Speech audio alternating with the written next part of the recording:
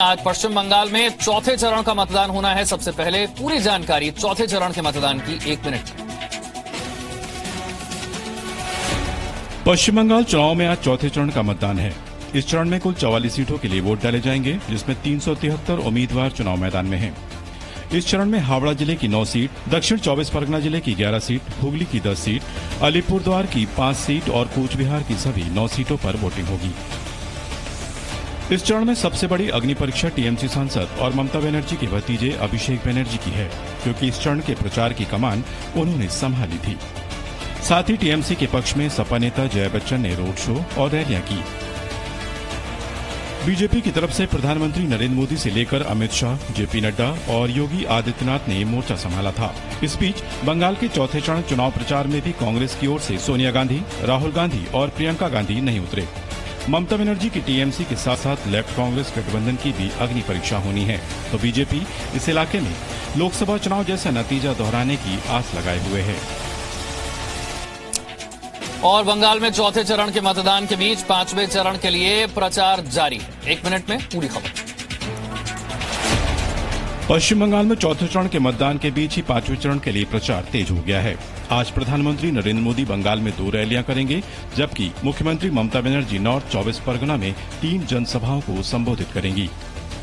आज प्रधानमंत्री नरेंद्र मोदी की पहली रैली दोपहर करीब 12 बजे सिलीगुड़ी में होगी, जबकि दूसरी रैली कृष्णानगर के गवर्नमेंट कॉलेज में दोपहर करीब 3:30 बजे होगी। दूसरी ओर ममता बनर्जी सुबह 11 बजे पहली रैली नॉर्थ 24 परगना के हिंगलगंज के लेबूखली दुलदुल में करेंगी, जबकि उनकी दूसरी रैली दोपहर 12 बजे नॉर्थ 24 परगना के बोगांव दक्षिण के भंडरकोला में होगी। नॉर्थ 24 परगना में ममता बनर्जी की तीसरी रैली बीजपुर शंभू संघा ग्राउंड में दोपहर 1 बजे होगी। पश्चिम बंगाल में जहां एक और मुख्य मुकाबला बीजेपी और टीएमसी के बीच माना जा रहा है, वहीं बंगाल चुनाव में कांग्रेस और वामपंथ लगभग शांत हैं। दोनों ही पार्टियों का इन चुनाव में गठबंधन है, बावजूद इसके प्रचार में किसी भी तरह की गंभीरता नजर नहीं आ रही है। और अब कोरोना से जुड़ी पूरी अपडेट 1 मिनट में। देश में कोरोना के नए मामले हर दिन नया रिकॉर्ड बना रहे हैं। पिछले 24 घंटों में देश में 1,31,968 नए मामले सामने आए हैं, जबकि इस दौरान 780 मरीजों की कोरोना से मौत हो गई। वहीं पिछले 24 घंटों में 61,899 लोग इलाज के बाद ठीक हो गए। भारत में कोरोना के कुल 1,60,60,542 मामले आ चुके हैं। इनमें से कुल 1,19,13,292 लोग ठीक हो चुके हैं।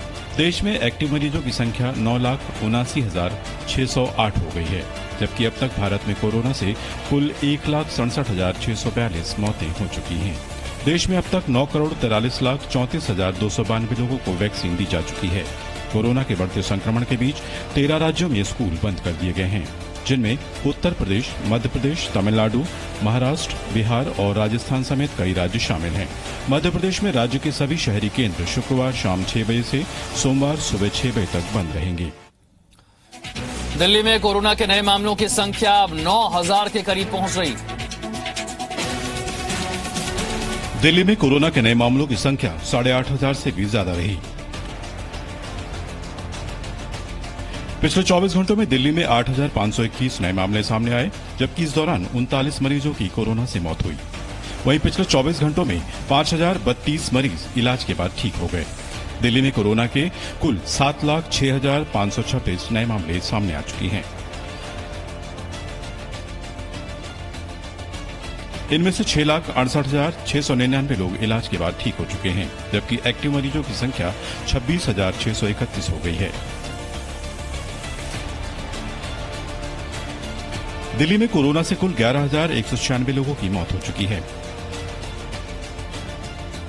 राष्ट्रीय राजधानी दिल्ली में भी कोरोना के बढ़ते मामलों के बाद सरकार ने सावधानी के तौर पर दिल्ली के सभी सरकारी और निजी स्कूलों की सभी कक्षाओं को अगले आदेश तक बंद करने का फैसला किया है। महाराष्ट्र में कोरोना के नए मामलों की संख्या भी खतरनाक स्तर पर पहुंच रही है। महाराष्ट्र में कोरोना के नए मामले लगातार रिकॉर्ड बना रहे हैं। पिछले 24 घंटों में महाराष्ट्र में 58,993 नए मामले सामने आए हैं, जबकि इस दौरान 301 मरीजों की कोरोना से मौत हो गई है। वहीं पिछले 24 घंटों में 45,391 मरीज इलाज के बाद ठीक हो गए हैं। महाराष्ट्र में कोरोना के कुल 32,88,540 मामले सामने आ चुके हैं। इनमें से 26,95,148 लोग इलाज के बाद ठीक हो चुके हैं। महाराष्ट्र में एक्टिव मरीजों की संख्या 5,34,603 पहुंच गई है। राज्य में कोरोना से कुल 57,329 लोगों की मौत हो चुकी है। वहीं बात अगर मुंबई की करें तो मुंबई में 24 घंटे में 9,202 नए मामले सामने आए, जबकि इस दौरान 35 मरीजों की कोरोना से मौत हो गई। अकेले मुंबई में कोरोना के 5,01,182 मामले सामने आ चुके हैं, जबकि कोरोना से मुंबई में कुल 11,916 लोगों की मौत हो चुकी है। महाराष्ट्र में कोरोना के बढ़ते मामलों को देखते हुए आज सीएम उद्धव ठाकरे ने सभी पार्टियों की बैठक बुलाई। महाराष्ट्र में कोरोना के मामले लगातार बढ़ रहे हैं। ऐसे में राज्य सरकार ने एक अहम बैठक बुलाई है, जिसमें राज्य के राजनीतिक दल शामिल होंगे। वीडियो कॉन्फ्रेंस के माध्यम से होने वाली इस बैठक की अगुवाई सीएम उद्धव ठाकरे करेंगे। बैठक में कोरोना को काबू करने को लेकर विचार विमर्श किया जाएगा। वहीं शनिवार रात 8 बजे से सोमवार सुबह 7 बजे तक महाराष्ट्र में लॉकडाउन लगा दिया गया है। इस बीच मेडिकल, किराना, फल, दूध की दुकान को खोलने के साथ साथ होटलों में सिर्फ डिलीवरी की अनुमति होगी।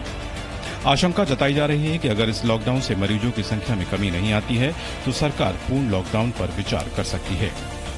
इस बीच मुंबई में वैक्सीन की कमी का दावा किया जा रहा है। बीएमसी ने भी निर्देश जारी किए हैं कि शनिवार और रविवार को सिर्फ कोविड वैक्सीन सेंटर में ही वैक्सीन दी जाएगी। बीएमसी ने कहा है कि 10, 11 और 12 अप्रैल को प्राइवेट वैक्सीनेशन सेंटर में टीका न होने के कारण वैक्सीन नहीं लगाई जाएगी। अगर टीका आया तो प्राइवेट अस्पतालों में टीकाकरण का फैसला लिया जाएगा। नागपुर के एक कोविड अस्पताल में अचानक आग लगने से 4 मरीजों की मौत हो गई है। ये दर्दनाक घटना नागपुर की। शनिवार को नागपुर के कोविड अस्पताल में देर रात आग लग गई। इस घटना में 4 मरीजों की मौत हो गई। बताया जा रहा है कि यह आग अस्पताल के आईसीयू वार्ड में लगी थी। आग लगने के बाद तुरंत ही पुलिस और दमकल विभाग को इसकी खबर दे दी गई। पुलिस ने मौके पर पहुंचकर सभी मरीजों को दूसरे अस्पताल में शिफ्ट कराया। हालांकि आग लगने के कारणों का अब तक पता नहीं चल सका है।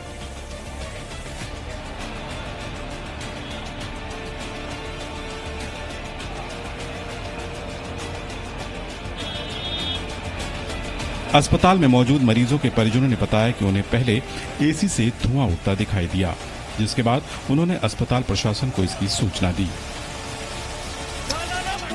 यूपी के शामली में कोरोना के वैक्सीनेशन में एक बड़ी लापरवाही सामने आई। बढ़ते कोरोना की रफ्तार को रोकने के लिए सरकार हजारों करोड़ रुपए खर्च कर रही है ताकि देश में कोरोना के संक्रमण को रोका जा सके, जिसके लिए सरकार ने वैक्सीन लगाने वाले मेडिकल स्टाफ को पूरी ट्रेनिंग भी दी है। लेकिन इसके बाद भी इंजेक्शन को लेकर लापरवाही सामने आ रही है। उत्तर प्रदेश के शामली जिले के एक सरकारी अस्पताल में कोरोना का टीका लगवाने आए बुजुर्गों को रेबीज का इंजेक्शन लगा दिया गया, जिसके बाद एक बुजुर्ग महिला की तबीयत बिगड़ने लगी, जिसे आनन फानन में एक निजी अस्पताल में भर्ती कराया गया, जहां महिला का इलाज कर रहे डॉक्टर्स सरकारी अस्पताल के पर्चा देखकर हैरान रह गए और परिजन को बताया कि बुजुर्ग को कोरोना का नहीं रेबीज का टीका लगाया गया है, जिसके बाद परिजनों ने इसकी शिकायत जिले सीएमओ से की है। हालांकि सीएमओ ने दोषियों के खिलाफ सख्त से सख्त कार्रवाई करने का आश्वासन दिया। उत्तराखंड के सीएम तीरथ सिंह रावत ने देवस्थानम बोर्ड पर पुनर्विचार करने की बात कही है। उत्तराखंड के मुख्यमंत्री तीरथ सिंह रावत ने कहा है कि देवस्थानम बोर्ड पर पुनर्विचार करने की जरूरत है। साथ ही उन्होंने कहा कि हाल ही में जो 51 मंदिर देवस्थानम बोर्ड में शामिल हुए थे वो भी मुक्त किए जाएंगे। सीएम तीरथ सिंह रावत ने इसका ऐलान विश्व हिंदू परिषद की मार्गदर्शक मंडल की बैठक के बाद किया। मंदिरों की देवस्थान बोर्ड की बात आई थी अभी संतों के बीच में, मैंने तय किया है उससे पुनर्विचार करेंगे, लेकिन साथ ही जो 51 मंदिर नए जोड़े हैं उनको उससे मुक्त कर देंगे। खबर है कि बैठक में मुख्यमंत्री ने भरोसा दिलाया है कि चारों धामों के तीर्थ पुरोहितों का अधिकार छीनने नहीं देगी और इस पर जल्द ही बैठक बुलाई जाएगी। देवस्थानम बोर्ड का गठन पूर्व मुख्यमंत्री त्रिवेंद्र सिंह रावत सरकार में हुआ था। बोर्ड में चारों धाम समेत 51 मंदिर शामिल है। हरिद्वार से लेकर प्रदेश भर में तीर्थ पुरोहितों ने इसका पुरजोर विरोध किया था।